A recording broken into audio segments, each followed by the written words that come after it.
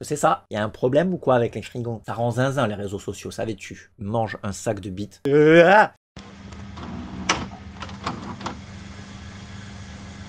Bonjour, c'est Drawer et bienvenue dans cette nouvelle vidéo. Alors je sais, ça fait à peu près 3 semaines que j'ai pas posté, mais parce que j'avais pas envie. Voilà, j'ai juste pas envie. Mais là j'ai envie parce que ça fait un petit moment que j'avais envie de vous parler de ces films-là que j'ai vus sur un écran en fait, mais que j'ai mis sur Letterboxd. Vous pouvez me suivre, Drawer, sur Letterboxd. Je l'ai pas dit Letterboxd, c'est sur Letterboxd. Donc j'ai vu pas mal de films au mois d'avril parce que j'ai fait mars la dernière fois et là je suis un peu à la bourre, donc je vous parle des films que j'ai vus en avril. J'en ai vu quelques-uns qui sont intéressants et l'idée c'est que vous fassiez le tri. N'hésitez pas à me dire dans les commentaires ce que vous avez pensé des films que vous avez vus vous, parce que peut-être que ça peut m'intéresser.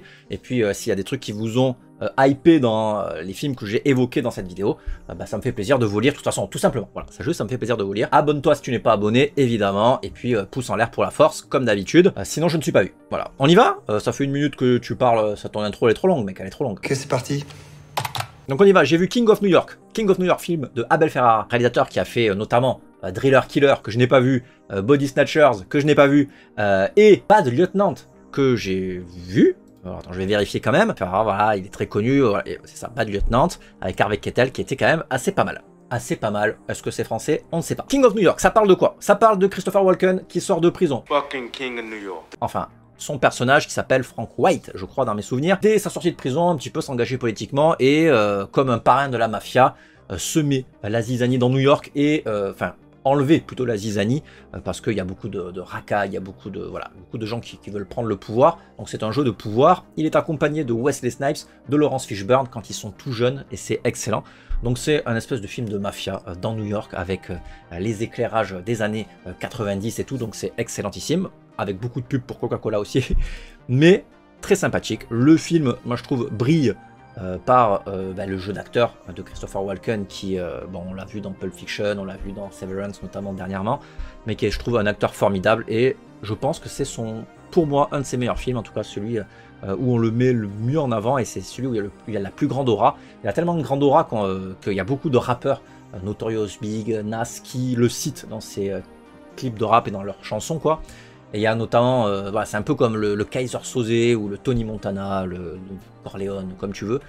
Il a une aura vraiment très grande et ce film, je trouve, est, je vais pas dire pas connu, mais c'est un des films de mafia les moins connus. En tout cas, on n'en entend pas assez parler et je trouve que voilà, il mérite d'être vu. Ensuite, j'ai vu Bull. Alors Bull, c'est un film qui était sur Filmo TV, un espèce de revenge movie avec un gars qui a été victime plus ou moins d'une femme à la con qui lui a pris son fils et tout, et qui l'ont laissé plus ou moins pour mort, complètement même. Et lui, en fait, il revient un petit peu parce qu'il n'est pas mort, et qui revient pour se venger. Et donc, c'est trop bien. C'est une succession de mise à mort vraiment sanglante et bourrine. Le mec il en a plus rien à foutre. Il vient pour dézinguer tous les gars. Alors je crois que ça se passe en Angleterre. Ouais, voilà, ma critique c'est waouh, c'est surprenant et vraiment bien, parce que c'est surprenant et vraiment bien. Et du coup je vous en dis pas plus, allez le découvrir et je pense que vous serez pas déçus parce que c'est une très très bonne découverte pour ma part. Bon, ensuite je vous parle un peu de stand-up. Je sais pas si ça vous intéresse le stand-up, je sais que vous êtes plutôt calé cinéma, mais moi de temps en temps je me mate des spectacles de stand-up. Et je sais pas si vous connaissez Jim Jeffries, mais voilà, c'est un gars qui a un humour très misogyne, très bof et très humour noir en tout cas. Ça me fait marrer, tout simplement. Et je trouve qu'il n'y a aucun humoriste en France qui va sur ce terrain-là, parce que c'est un terrain extrêmement glissant. Il s'est même fait attaquer sur scène à un moment. Enfin, attaquer sur scène, il s'est pris une patate, quoi. Il s'est pas non plus pris un coup de fusil. Mais un gars qui fait ça en France, c'est game over. Et donc j'aime bien la liberté de penser encore que peuvent avoir les comédiens de stand-up aux États-Unis, parce que c'est de là-bas que ça vient. Et donc du coup, Jim Jeffries, Bear est un super spectacle. Donc, voilà, et donc j'ai dit when you say fucking cunt, everybody loses their mind. Le mot fucking cunt est super violent aux États-Unis. C'est comme dire à quelqu'un grosse salope, quoi, tu vois, c'est assez violent. J'ai vu Au Mauvais Sang de Léos Carax aussi, que je n'avais pas vu. Alors j'essaye de voir. Alors là, j'ai mis film du challenge à 5 h du matin parce que je me fais un challenge des films à 5 h du matin, un peu comme Bong Joon-ho. Peut-être que je ferai une vidéo dessus ou pas. Je voulais qu'elle soit sponsorisée, mais le sponsor n'a pas voulu me sponsoriser malheureusement. D'où le fait de mettre des likes et de partager. Ça m'aide à en vivre en fait, hein, sachant que j'en vis pas. Donc toute aide est bienvenue. Donc c'est un film qui était comme un rêve en fait. Alors c'est peut-être parce que j'étais à 5 h du matin et que j'avais pas tout compris. Mais voilà, donc il y a un super casting. Il y a Juliette Binoche, Piccoli, Denis Lavant.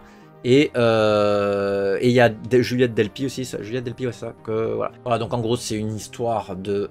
Il y a une maladie inventée, je crois, de sexuellement transmissible, et il essaye de voler un vaccin. Et donc on va voir Denis Lavant, tout jeune, qui fait des acrobaties, qui court comme un dératé et tout. C'est un très bon film de Léos Carax. Après voilà, moi je l'ai vu dans un état un peu second, de fatigue en tout cas, je ne me drogue pas. J'ai bien aimé, mais c'est spécial quoi, tout comme toute la filmographie de Léos Carax. Ensuite, j'ai vu Astérix et Obélix Mission Cléopâtre parce que je voulais le faire découvrir à mon fils de 7 ans. Et ça l'a bien fait marrer. Et moi, j'étais content de le revoir. Pas toujours un plaisir. C'est vraiment une des meilleures comédies françaises à ce jour. J'ai vu Apocalypse Now. J'ai revu Apocalypse Now parce que je l'avais vu il y a très longtemps. Et j'en gardais un souvenir assez mitigé, on va dire. Alors qu'en fait, le film est un énorme long métrage. Pas seulement pour sa longueur, parce que j'ai vu la version de 3 heures de Ford Coppola, et c'est la version uncut, quoi, je sais pas quoi, voilà, Director's Cut. Et c'est absolument magistral, quoi. Enfin, c'est un film qui est une espèce d'aventure, de road movie au Vietnam. Je reviendrai sur une autre vidéo le mois prochain, mais j'ai vu un documentaire qui était associé à ce film. Donc film avec Martin Sheen, Marlon Brando et Laurence Fishburne qui est très très jeune dans ce film. Et j'adore quoi. Il y a des scènes complètement dingues avec Martin Sheen qui perd les pédales. La fin avec Marlon Brando. Si vous ne l'avez pas vu, parce qu'il y a des gens qui l'ont pas vu, on peut pas avoir tout vu de toute façon. Moi je ne juge pas, mais matez Apocalypse Now. C'est vraiment une espèce de film d'aventure slash guerre slash plongé dans la folie du Vietnam. D'ailleurs Francis Ford Coppola, je crois, disait c'est pas un film sur le Vietnam, c'est le Vietnam. Coppola a tout misé dans ce film, c'est sa thune. Martin Sheen a failli avoir une attaque cardiaque pendant le tournage, enfin, c'était le chaos. Le film est un film halluciné. Et Marlon Brando est obèse, donc regardez ce film. L'odeur du napalm au petit matin, bien sûr. After Apocalypse Now, I think that is the best Vietnam movie ever made. Alors j'ai vu The Legend of Oshi, un film A24, c'est pour ça que je suis allé le voir. Je suis allé le voir avec mon fiston aussi au cinéma. Alors je me suis un peu fait chier, je vous cache pas, et même mon fils a trouvé ça pas terrible. Donc ouais, c'est une espèce de film à la E.T. avec un petit bonhomme qui se fait attaquer par les humains, voilà, donc c'est tourné avec des effets pratiques à l'ancienne pour certaines créatures et tout. C'est tourné en Géorgie, dans des lieux magnifiques et tout. Alors, je peux rien redire au décor, mais il y a vraiment un côté contemplatif un peu chiant pour un film comme ça qui est censé être une aventure pour enfants. Donc ouais, passable pour moi. Ensuite, j'ai revu Black Mirror, Johan is a Fool. Je trouve que c'est un super Black Mirror avec Salma Hayek qui rejoue le rôle d'une nana qui se voit être projetée, qui savent projeter sa vie un peu sur Netflix. Tout ce qu'elle fait, et comme elle a un petit peu un rôle de méchante dans sa boîte, bah, tout est retransmis sur Netflix. Donc c'est une espèce de mise en abîme de Netflix, et j'ai trouvé ça excellent. Et puis Salma Hayek au pouvoir, tous les jours Salma Hayek, quoi. Pas seulement parce qu'elle est jolie, hein, mais parce que c'est une excellente actrice. Sinners, alors j'ai vu Sinners. Sinners est le film qui est surcoté à balle. Il est noté, c'est abusé, 4,2. Tout le monde se touche sur ce film, alors qu'en vrai, il est assez mid, quoi. Il y a des scènes super avec la musique et tout, la bande son est géniale. Michael B. Jordan qui joue 2 fois, mais quel est l'intérêt de mettre 2 fois Michael B. Jordan, alors que même s'il a un frère jumeau, on sait plus qui est qui. Ils auraient pu mettre un autre acteur qui lui ressemble un peu, mais qui n'est pas lui en fait, parce que en termes de performance d'acteur, bon bah c'est ok, mais c'est sans plus. Une histoire de vampire sympathique, mais ça révolutionne pas le genre, moi je trouve pas. Mais oui, il y a cette scène, voilà, où il y a la musique et puis il y a une espèce de plan séquence. Ouais, c'est rigolo, un petit peu, c'est rigolo quoi, c'est joli, puis ça parle politiquement de l'époque de l'esclavagisme et tout. Donc ouais, c'est sympa, c'est bien réalisé, il y a une bonne bande son, on boude pas son plaisir. Le film est trop long, encore une fois, 138 minutes, ça aurait pu être cuté, mais je trouve que c'est surcoté. Tout le monde se touche, mais vraiment surcoté. Je préfère 100 fois le film beaucoup plus fun de Une nuit en enfer. Et ouais, alors c'est un peu le même délire quoi. Ils sont enfermés, il y a des vampires et ils essaient de les dégommer quoi. Sauf que les batailles de vampires dans Sinners, on en voit très peu. C'est très frustrant. La fin est frustrante. C'est bien, hein, mais voilà, pas de quoi toucher un âne. Je sais pas si ça se dit chez vous. Ensuite j'ai vu Black Mirror Eulogie, donc ça c'est, je crois, c'est dans la dernière saison. Donc ouais, je crois que c'est un système de tu rentres dans les photos, donc c'est très sympathique. J'ai revu Calvaire. Alors là j'étais en train de faire le ménage chez moi quand tout à coup je me dis allez, je me mets un film d'horreur en fond. Je me mets Calvaire, parce que ça fait longtemps que je l'ai pas vu. Et puis j'entends Berroyer, j'entends les trucs, je vais pas imiter Berroyer, mais j'entends aussi Lucas, comment il s'appelle, Laurent Lucas. Ça doit être un prénom de serial killer quand c'est un prénom, ton nom c'est un prénom. Il y a Brigitte Lahaie aussi, c'est vrai, qui est au début, qui lui fait du rentre-dedans. Enfin, et je m'assois, en fait, et je fais pas le ménage. Et je regarde tout le film. C'est le meilleur film de Fabrice Duval, c'est de loin. C'est vraiment une pépite, quoi. C'est une pépite, ce film. Il est incroyable. Et j'avais oublié la fin, je vous la spoil pas, évidemment. J'ai vu Lost in Translation, que j'avais vu il y a longtemps, mais je n'en avais plus aucun souvenir. Donc je l'ai rematé.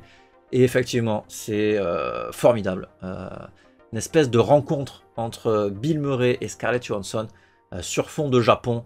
C'est un peu... Il y a des vibes de Perfect Days, quoi, je suis désolé. Et donc oui, donc dans ma critique, j'ai mis, il faut que je sache qui est la meuf post-générique. Hiromix, une photographe et icône de la scène artistique Tokyo 8. Voilà, merci Billy Vouriz, j'adore ton pseudo. Et donc ouais, donc ce film est vraiment un trip contemplatif et tu passes un bon moment. Et j'ai envie d'aller au Japon. Il faut que j'aille au Japon. Putain, il faut que j'aille au Japon. Ensuite, j'ai vu un autre one-man show, stand-up de Chris D'Elia, Man on Fire. C'est pas mon préféré, mais Chris D'Elia est un artiste incroyable. Checké. Black Mirror Placing. Alors, celui-là, je sais pas pourquoi j'ai mis 2 étoiles et demie. Ouais, voilà, c'est un peu le message des jeux vidéo rendent zinzin.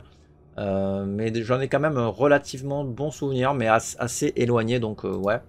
Ensuite, j'ai vu le Louis C.K. Shameless. Donc, Louis C.K. c'est vraiment pour moi, le roi du stand-up américain. Franchement, il est trop fort, quoi. Enfin, moi, j'adore son humour. Ses blagues sont écrites et son tempo de deliver, son jeu d'acteur minimaliste et tout, excellent. Avec la blague, mange un sac de bites. Voyez-le, franchement, c'est un de ses meilleurs. Black Mirror, Hotel Reverie. Alors, celui-là, il m'a cassé un peu les couilles. Ils vont dans un film, dans un vieux film, pour jouer des nouvelles scènes. Et puis, c'est un espèce d'effet...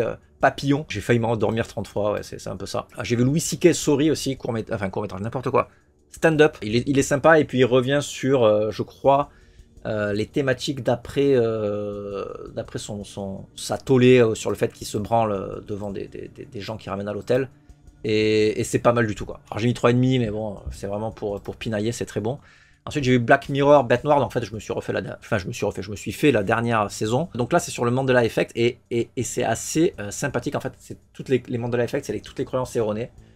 Genre, Pikachu n'a pas le bout de la queue noire alors que tout le monde croit qu'il a le bout de la queue noire. Le perso du Monopoly n'a pas de monocle, tout le monde croit qu'il en a un, etc. etc. Et je trouve que voilà, le concept est super sympa. Et en plus, Netflix, ils ont fait des Mandela Effect dans l'épisode pour vous faire croire des trucs. Ça c'est assez malin et j'aime bien quand il y a des trucs méta dans les Black Mirror notamment.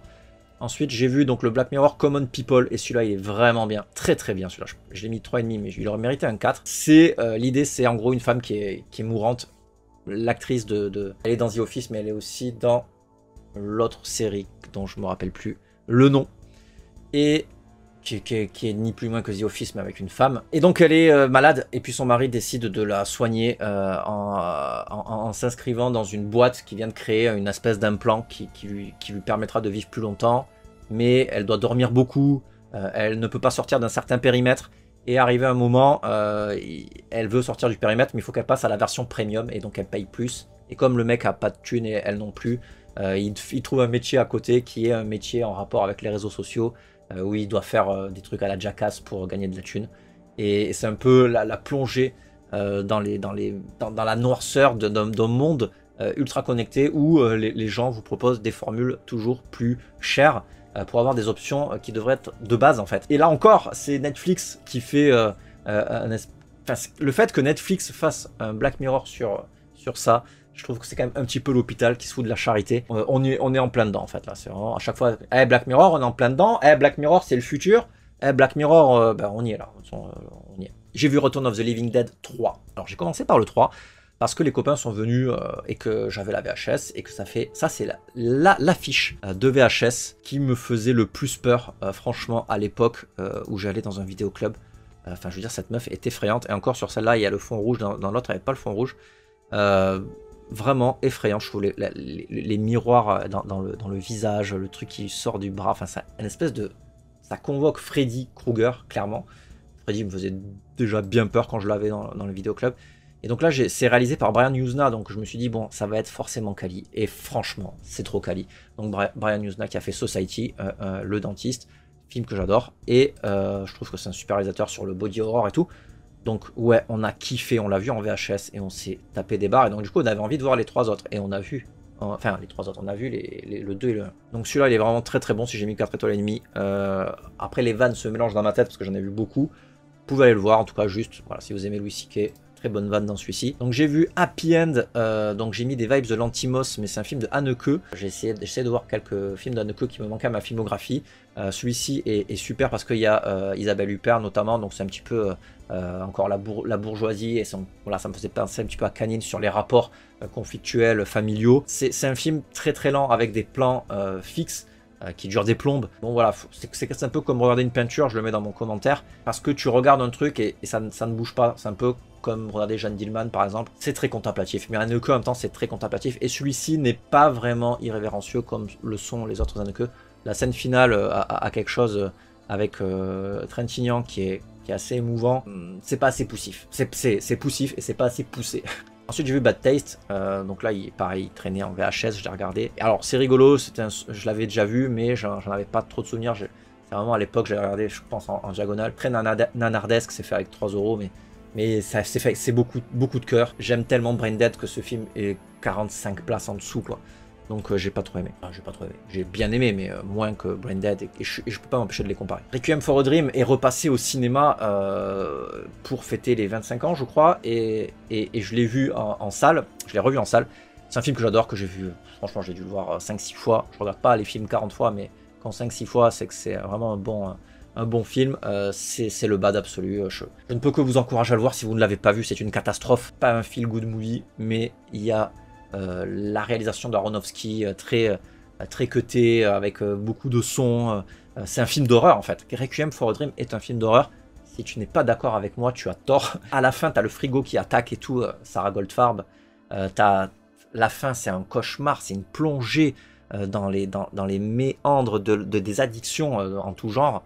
Mais notamment beaucoup de la drogue, parce que y a la façon de prendre des drogues pour maigrir, les drogues aussi comme l'héroïne et tout. Enfin, Jared Leto, Wayans, voilà, il y a vraiment une pléiade d'acteurs formidables, et puis c'est, je pense, le meilleur film d'Aronofsky, donc toujours un grand plaisir de le revoir, avec une BO de Clint Mansell qu'on a entendu dans toutes les sauces, mais qui est... Puis Ellen Burstyn, son meilleur rôle aussi. Enfin, ce film est une pépite, vraiment, une pépite. Ensuite, j'ai vu la série Netflix Adolescence. Tout le monde en parlait, ma copine en a parlé. Je me suis dit, bon, allez, je vais aller la voir. Elle m'a dit, ça va te plaire, ça va te plaire. Donc, filmé en plan séquence, ça c'est assez incroyable.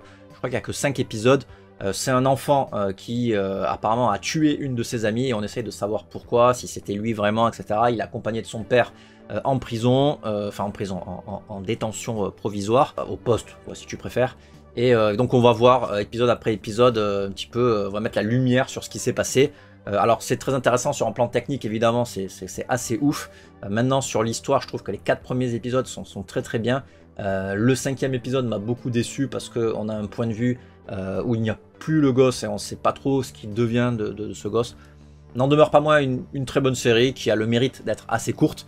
Donc voilà, ça parle de harcèlement, ça parle de réseaux sociaux, ça parle, voilà, donc c'est assez inquiétant évidemment pour les enfants qui vivent à l'ère de 2025. Quand mon fils il va rentrer au collège, bon, c'est pas pour tout de suite, mais ça va arriver. Je sais qu'il va falloir surveiller un maximum, parce que le harcèlement par les réseaux sociaux, ça peut amener vraiment à des dérives. Et puis, ne serait-ce que Internet. Moi, je vois, j'ai des gosses de 7 ans qui traînent dans l'école de mon fils, qui jouent déjà à GTA 5, qui ont des portables parfois même, et qui, voilà, je trouve que c'est pas du tout sérieux de ne pas surveiller ses enfants un minimum, parce que après ça en fait des dégénérés, quoi. Ça rend zinzin les réseaux sociaux, ça les tue. Ensuite j'ai vu Démolition, donc ça c'est assez marrant, parce que c'est un film avec notre ami Jake Gyllenhaal qui joue dans beaucoup de films de qualité, réalisé par Jean-Marc Vallée. Qu'est-ce qu'il a fait Jean-Marc Vallée? La tribu de Dana, il a peut-être réalisé Mano. You're a funny guy.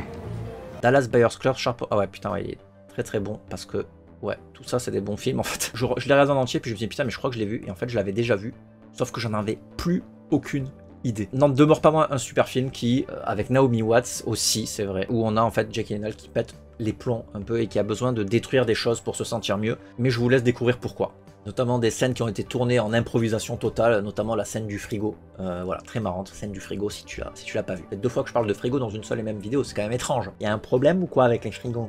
Ok, putain, après j'ai vu Minecraft. Alors j'ai vu le film Minecraft parce que, bah, encore une fois, mon fils joue à Minecraft sur la Switch. Il joue qu'en mode bac à sable, je l'ai pas, la console n'est pas connectée à l'internet, donc voilà. Mais il fabrique des trucs et je trouve ça marrant, c'est comme des Lego finalement, sauf que ça met moins de bordel et je marche pas dessus. Mon dieu, je suis allé voir en VF en plus, parce qu'il n'y a pas de VO, et puis je peux pas aller voir un film en VO avec mon fils parce qu'il sait pas bien lire rapidement. Il a que 7 ans après tout. Est-ce qu'il est en retard? Est-ce qu'il est pas HPI? Non, il est pas HPI, je te jure. Mais je l'aime très fort. Jason Momoa et donc Jack Black qui chante en français, moi ça m'a fait vraiment énormément de mal. Donc le film est vraiment pas ouf du tout. Qui a mis une bonne note à ce film? Personne. Personne n'a mis une bonne note à ce film parce que c'est vraiment pas bien. Ça a engrangé énormément de pognon, donc ils sont capables de le refaire. Mais en fait, juste tu mets Minecraft, le film, tu mets Jack Black et ça donne envie d'aller le voir, tu vois. Mais juste Minecraft, même s'ils avaient mis n'importe qui, quoi, Jean-Claude Van Damme et Anne Romanoff, les gens seraient allés le voir, quoi. Donc bon. Ensuite, j'ai vu 4 mois, 3 semaines et 2 jours. Alors ce film, il m'a violenté. Toi qui aimes le cinéma d'horreur, toi qui aimes les films qui secouent, ah là là, mais ce film-là, incroyable. Donc c'est un film roumain qui parle de l'avortement sous la période de Ceausescu, donc période de misérabilisme, de communisme, de ce que tu veux. Donc ça fait comme un documentaire où tu vois une femme qui veut se faire avorter, mais elle n'a pas le droit, et donc elle fait appel à un médecin, et elle va dans une chambre d'hôtel pour se faire avorter par un gars qu'elle connaît même pas, qui se dit être médecin. C'est un cauchemar. C'est un cauchemar, vraiment. Film de 2 heures quasiment, qui montre 2 femmes qui essayent de collégiennes en plus, donc elles sont vraiment assez jeunes. Je crois qu'elles sont, il y a écrit collégiennes, mais j'avais l'impression qu'elles faisaient un petit peu plus vieilles quand même. C'est juste horrible. Très émouvant, très éprouvant. Il a eu la Palme d'Or à Cannes en 2007, film social par excellence. Donc c'est un peu ambiance Haneke encore, avec très peu de plans, voilà, pour des plans fixes. Et c'est le malaise permanent, quoi. Ce film, il fait très mal. Il fait très mal. Et si vous êtes une femme, les 10% qui regardaient ma chaîne, ça fait mal. Ça fait mal. Ensuite, j'ai vu From Russia with Love de Terence Young. Donc c'est un film de James Bond de 1963. J'ai pas trop la culture James Bond, je vous avoue, j'en ai pas vu beaucoup. J'ai dû en voir 3-4 à tout péter. Et je me suis dit, ouais, je vais en voir un comme ça, parce que on dirait le film avec Jean Dujardin, OSS 117, c'est tellement... La parodie est pas loin, quoi. Enfin, je veux dire, il est tellement cabotin, et puis c'est Sean Connery très jeune, il est très beau, effectivement. Mais c'est rigolo, mais c'est pas... C'est ok, tu vois, mais ça m'a pas retourné le cerveau. Voilà, ça m'a juste donné un petit peu de grain à moudre pour mes prochaines impros quand je les ferai à la façon d'un film d'espion. Voilà, qu'est-ce qu'il a fait Terence Young comme autre film? Il a dû faire d'autres James Bond, j'imagine. Ouais, il en a fait plein d'autres. Dr. No, etc., que je n'ai pas vu, comme vous pouvez le voir. Ouais, il a fait des films avec Charles Bronson et tout, quoi. Triple Cross, je le vois souvent passer en VHS. Et Inchon, qui est nichon en anagramme. Ça, c'est parce que je suis un gamin, mais je sais même pas du tout ce que c'est le film. Voilà, écoutez, cette vidéo est terminée. J'espère qu'il y aura des films qui vous auront plu. En tout cas, moi, c'était un mois assez fertile. Combien j'en ai vu là de films, du coup, dans ce mois-ci? 29 films et épisodes de Black Mirror. Ah, ça va, ça dure presque 1 heure, ça compte comme un film, de toute façon ça compte comme un film pour Letterboxd. Donc voilà, si tu as vu cette vidéo en entière, parce que souvent je dis cette vidéo en entier, mais apparemment c'est pas français. Donc si tu as vu cette vidéo en entière, n'hésite pas à dire frigidaire en commentaire, ça validera que tu as tout vu et fera de toi une belle personne. Ah aussi j'ai un Tipeee, n'hésite pas à aller y jeter un œil, ça me soutient, c'est le soutien. Parce que c'est ça, un soutien-gorge. Allez, bisous!